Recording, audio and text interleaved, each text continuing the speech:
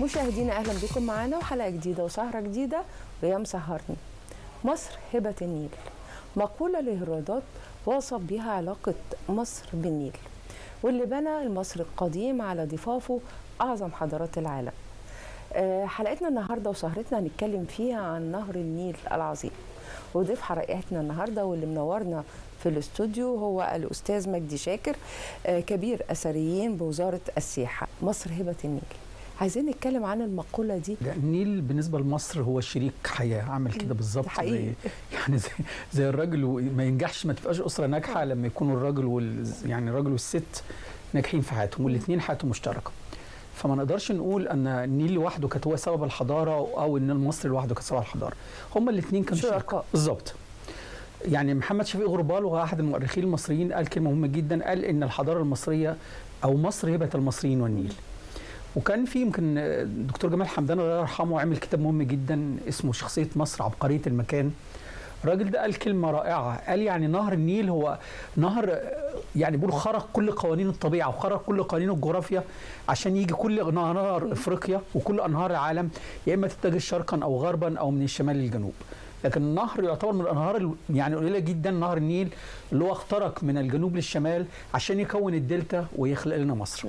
وبالتالي زي ما يكون ربنا سبحانه وتعالى ان نهر النيل هو يعني بيسموه اخر الانهار، لان الانهار انت عارف حضرتك تكونت جيولوجيا منذ ملايين السنين، فكان هو يعتبر في المرحله الثالثه او هو احدث الانهار، فهو مر ببلاد كتير جدا عشان يوصل الى مصر. وبالتالي كلمه هيرودوت هي منقوصه، فلو قلنا مصر هبه النيل فبنقول مصر هبه النيل والمصريين، ولولا ما كانش هذا الموضوع. وناس كتير جدا ما تعرفش ان هو خد المقوله دي، مش هنقول سرقها، واحد اسمه هيكتس المالطي والراجل ده كان قبله، فهو كان قال كده ان مصر هبه دلتا النيل ودلتا النيل هي هبه النيل. وبالتالي هو واخد هذه المقوله عن يعني في حاجات كتير جدا احنا بنرددها واحنا ما نعرفش الاصول بتاعتها. وبالتالي كلمه مصر هبه النيل هي كلمه ناقصه شويه، لانه والله حضرتك حاجه دايما يقولوا المسرح الجيد لا يخلق عملا جيدا.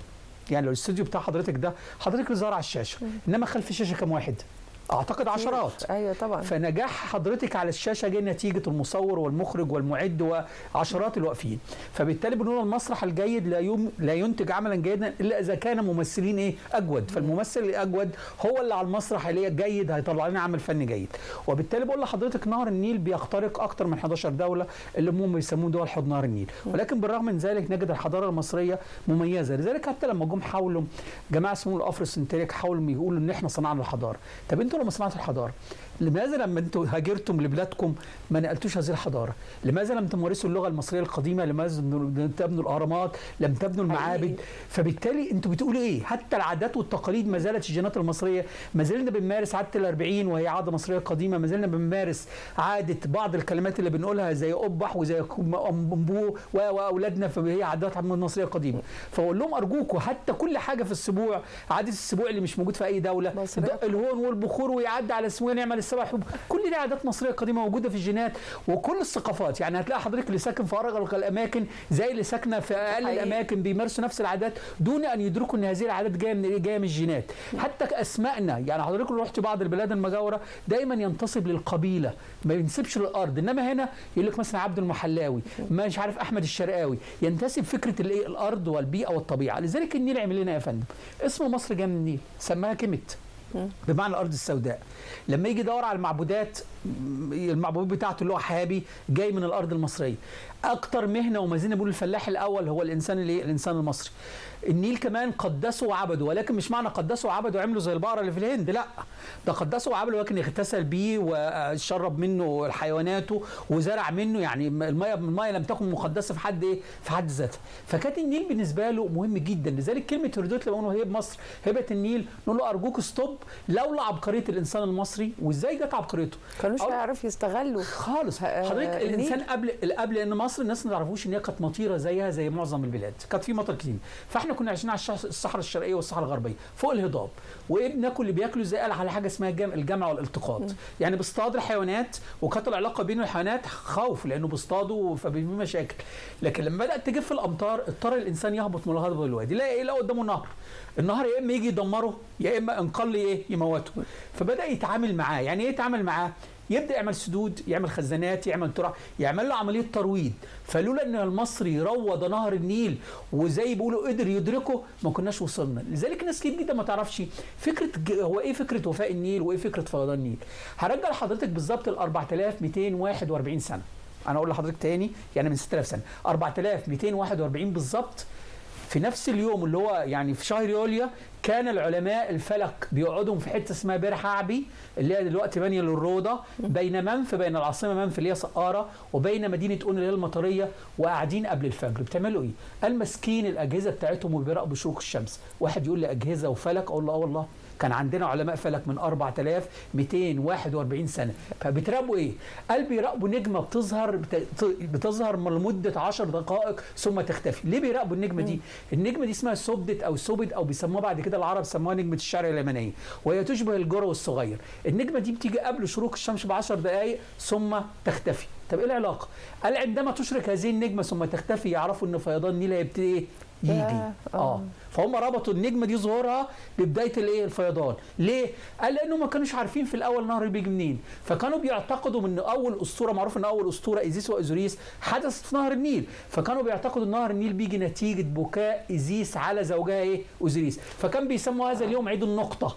ودي اللي جايه منها اسطوره ايزيس.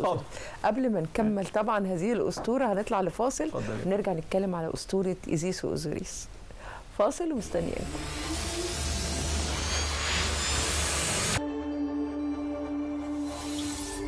أسطورة من أجمل الأساطير، أسطورة إيزيس وأوزوريس، وهي طبعا مرتبطة بالنيل. عايزين نتكلم عنها، وعايزين نتكلم برضو هل هناك أساطير أخرى مرتبطة بالنيل؟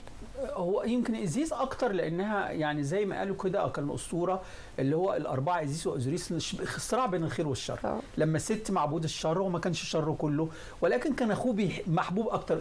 فكرة الغيرة ممكن يكون الست ما كانش شرير قوي، ولكن دايما لما بيكون في غيرة بتبقى في مشكلة. فقالوا إن هو يعمل تابوت وبدأ يجيب الناس. التابوت ده من الذهب، قال اللي هيجي على مقاسه هديهوله هديه.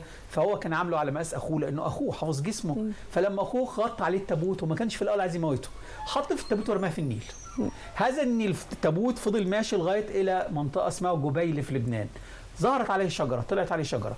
بدأت مراته المرأة المصرية المعروفة تدور عليه على زوجها لدرجة ما راحت في لبنان وبدأت تجيبه وبدأت تحمل منه تاني. لكن هو لما سمع ان اخوه ظهر الوجود تاني وبقى له امتداد بدأ يقطعه 14 جزء ويبدأ ينشره في كل أنحاء مصر.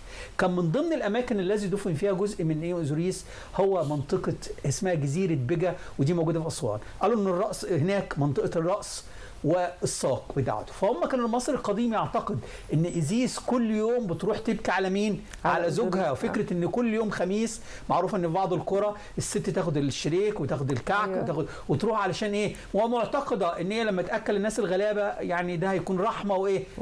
نسميه كده رحمه ونور. فهم كانوا بيعتقدوا ان يوم احتراق هذه النجمه كان بيسموه عيد النقطه. ليه؟ قال لان كانوا بيعتقدوا نهر النيل بياتي نتيجه بكاء ايزيس على زوجها اوزوريس. ثم ياتي نهر النيل. طب لما يجي نهر النيل بقى نعمل له ايه نهر النيل؟ قال كان نبدا نقيسه. احنا اول دوله في العالم عملنا مقاييس للنيل.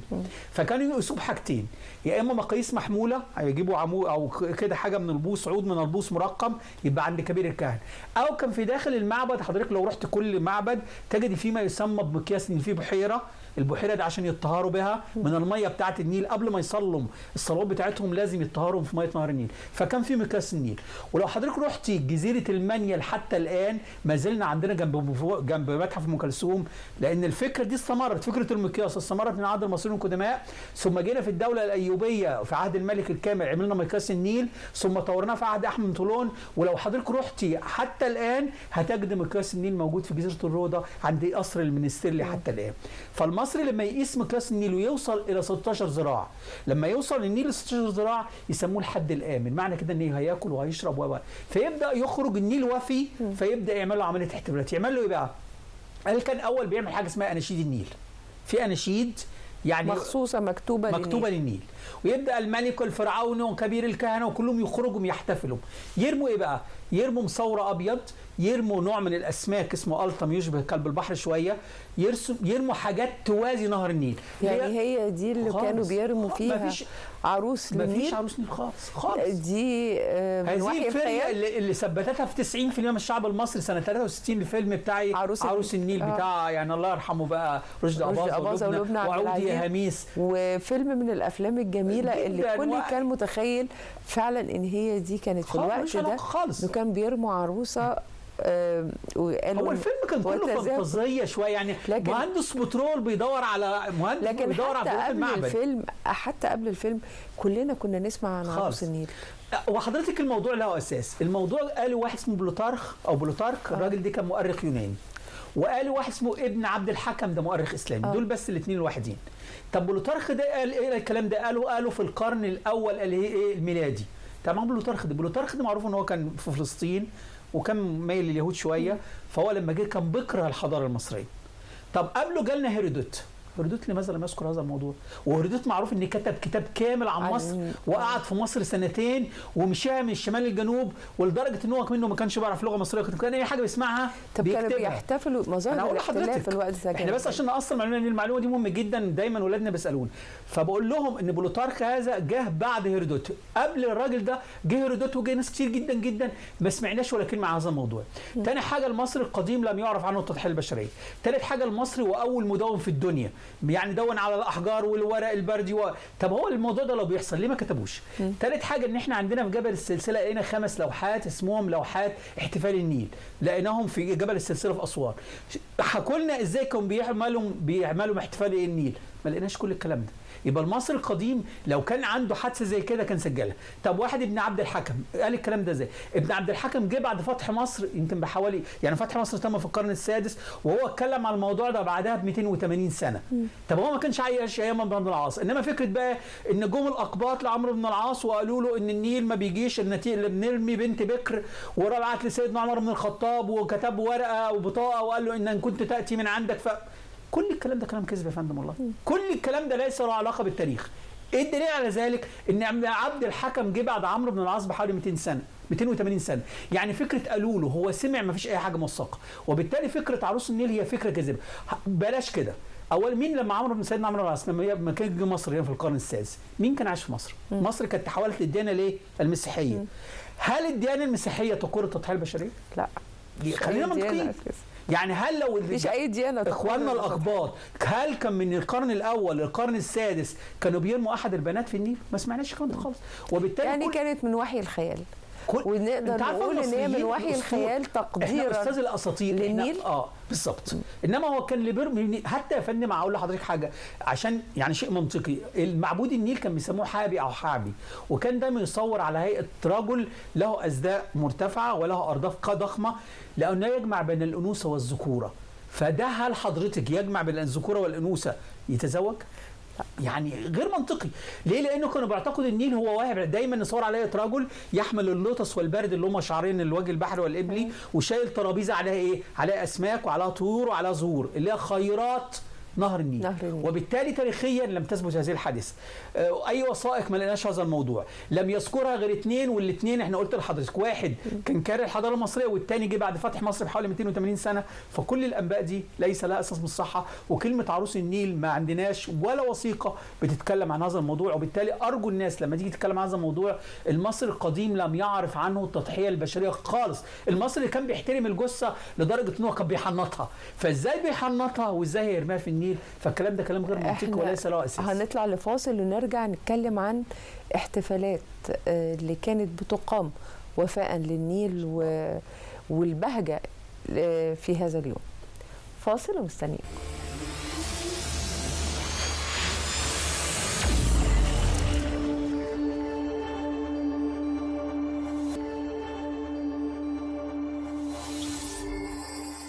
عايزين نتكلم عن مظاهر الاحتفال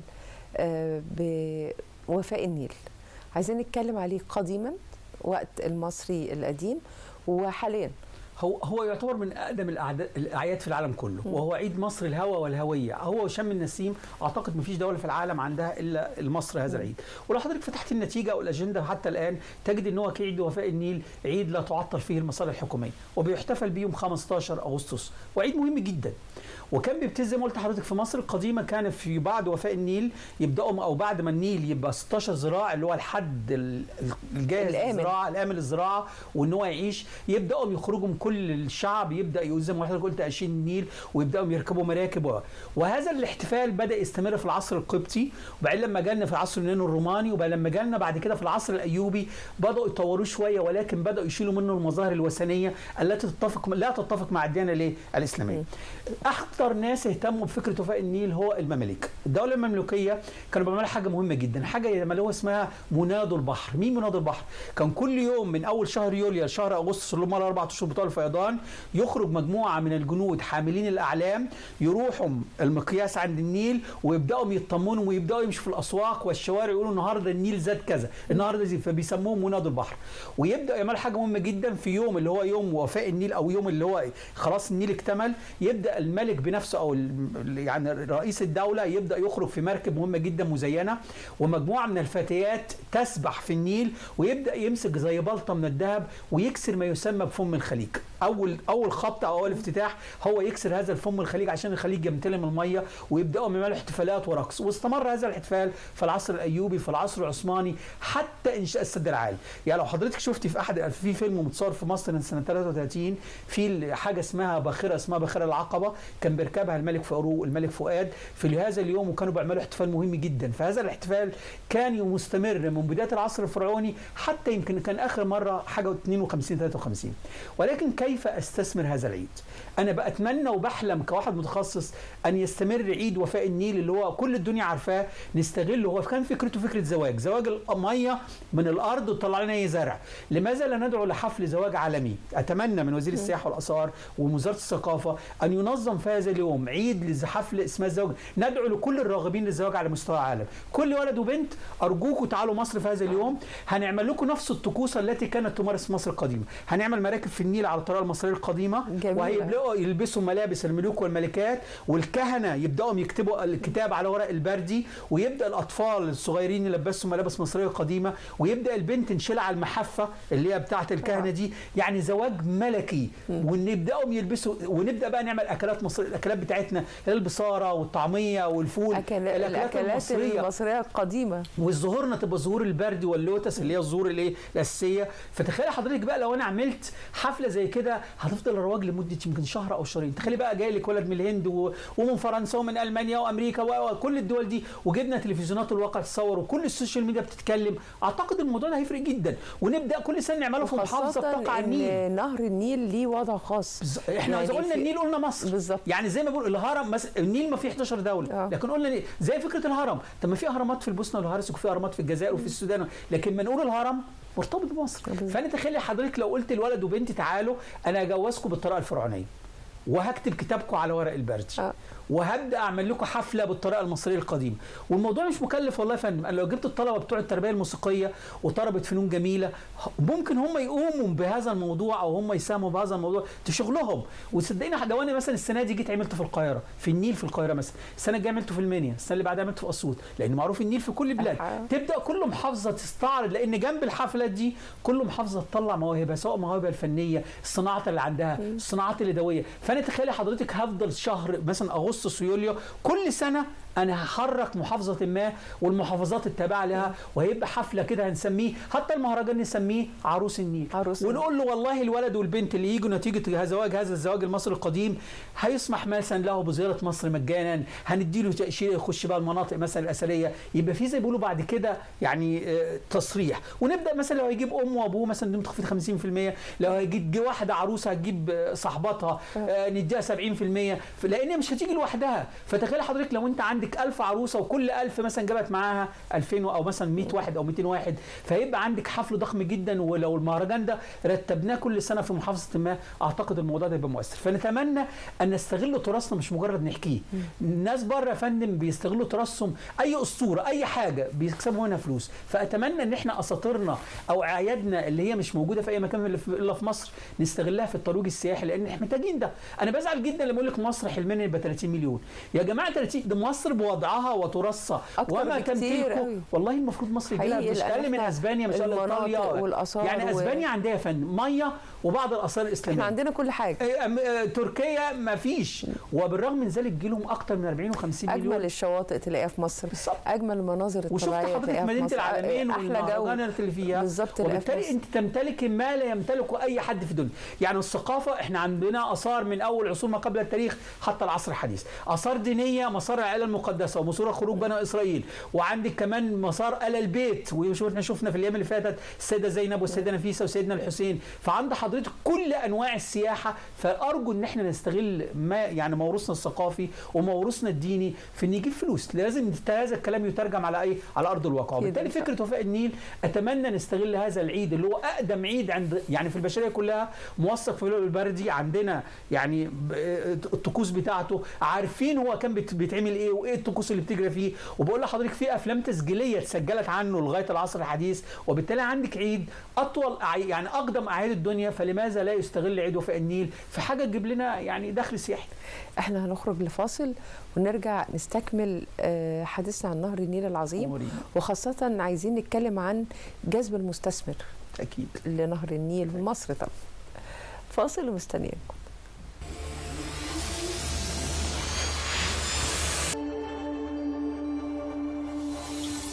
واحنا بنتكلم عن نهر النيل اللي هو طبعا شريان الحياه لمصر والمصريين. عايزين زي ما حضرتك قلت نستغل نهر النيل وغيره طبعا من كل الحاجه اللي نقدر نقول مصر بتمتلك حاجات كتير جدا ما بتمتلكلهاش بلاد كتيره. لكن ازاي اقدر اجذب المستثمر عن طريق مثلا نهر النيل؟ الاول لازم اقول لكل غير مصري طبعا الفنادق لازم الاول اشوف كان جدي بيعمل ايه علشان هذا النهر. يعني في حاجه في مصر القديمه اسمها الاعترافات الانكاريه. 42 انكار كان بيقولهم قدام محكمه الموتى. ما كانش بيخش الجنه الا ان ما عملش ده. من ضمنهم انا لما اقول له اسمها نهر احنا باخدها ببساطه. وتاني حاجه الكلمه اللي بعدها او الاعتراف اللي بعده بيقول انا لما احبس النهر عن جاري. يعني هو كان ما كانش يقدر يخش الجنه اذا لوث مياه النهر واذا حبس النهر عن جاره. ومهمين جدا. فنتمنى ان احنا يعني كمصريين ناس منذ الاف السنين ادركوا ان دخولهم الجنه مرتبط يعني نظافه نهر النيل. فاتمنى ان احنا في العصر الحديث اول حاجه ننظف نهر النيل. لان للاسف نهر النيل لو بتكلم كان يعني الشكانه كلنا لربنا. يعني كان عندنا زمان حاجه مهمه جدا، كانت في حاجه اسمها يعني رحلات بتتم كروزات. الكروزات دي كانت بتخرج من القاهره كانت بتروح لغايه اسوان والعكس. وهي موجوده لغايه دلوقتي يمكن بس ما بين الاقصر واسوان. انما الاول كانت رحله مهمه جدا جدا، وكانت رحله اكتر من رائعه، وكانت فرصه. ومعروف ان معظم اثار مصر متواجده، حتى المصري القديم كان مدرك الموضوع ده. فكل بيوته كل قراه كل زراعته كل حياته حوالين النهر. فالنهر كان بالنسبه له مصدر الحياه. وبالتالي لو احنا جينا عملنا هذه الرحله ارجو ان احنا نرجع الرحله من القاهره تاني الى اسوان. لان الرحله دي لو حضرتك يعني ان شاء الله ترجع وتجربيها، يعني اعتقد ان لو رجعت تاني هتجذب نوع من السياحه. سياحه النيل دي مش موجوده في اي مكان غير في مصر. لان انت عارف حضرتك ان النيل بيعدي على بلاد، بيعدي على قرى، فتقدري تعرفي كل حوالي يمكن 20 محافظه. فبتشوفي يعني بتشوفي 20 محافظه باثارها بتاريخها بثقافتها بلغتها بكل الاشياء دي كلها. وهيبقى ليها يعني ناس وهيبقى عليها اقبال طبعاً. لان الناس بتروح الاقصر علشان تاخد الباخره وتروح بيها اسوان والعكس صحيح. بالتأكيد. فهي الناس بتبقى حابه اساسا، وخاصه الاجانب بيبقوا حابين انهم يزوروا هذه المناطق جديدة. يعني تجربه جديده جدا. تاني حاجه كان طرح مشروع اللي هو اتعمل عند القريه الفرعونيه اللي عمله احد يعني الله يرحمه بقى الدكتور حسن رجب. لماذا لا تكرر هذه التجربه في عده محافظات اخرى؟ ومعروف النيل موجود في اماكن اخرى. يعني هي الطريقه بسيطه، عمل اعاده تمثيل. يعني جاب ناس وبداوا يعملوا ازاي المصري القديم كان بيزرع، كان بيصنع، كان فلماذا لا تكرر او تنسخ هذه التجربه وتكبر شويه في محافظات اخرى بحيث ان الناس يستفيدوا من هذا الموضوع. ثالث حاجه استثمار نهر النيل. طبعا نهر النيل بالنسبه يعني زي ما قلت لحضرتك ان فكره لو عملنا فكره الزواج المقدس دي او زواج عروس النيل على نهر النيل، الفكره برضه هتبقى كويسه جدا. فانت استثماره سياحيا في حاجات كتير جدا. ثالث حاجه، لماذا لا نعود تاني زراعه ورق البردي؟ يعني معروفه، هل المصري القديم ما كانش يقدر يصنع الورق الحديث؟ والله كان يقدر، انما هو كان مدرك ان هذا الورق عاش بقاله الاف السنين وما جرالوش اي حاجه. انت حضرتك لو جبت ورقه وبعد 10 سنين من الورق العادي بتاعنا تلاقيها اصفرت واتقطعت فهو كان مدرك ان ورق البردي مهم جدا. احنا عندنا قريه في الشرقيه اسمها تخل القرموس، القريه دي ما زالت تزرع وبتصنع ورق البردي. فلماذا دلوقتي مثلا لو حضرتك ان السائح جبت ورق البردي وعملت بورتريلو على الورق ده، اعتقد لو قلت له ب $20 كتيره. وطول ما احنا عندنا كل الاماكن الخلابه داخل مصر، النيل وطبعا كل مكان، هنفضل مصر وفي افكار كتيره قوي لجذب السياحه والاستثمار ايضا. كل سنه وحضرتك طيب، وشكرا نورتنا. كل التحيه لحضرتك. مشاهدينا بكده تكون انتهت حلقتنا وسهرتنا النهارده. بنوعدكم بلقاء جديد وسهره جديده ويا مسهر.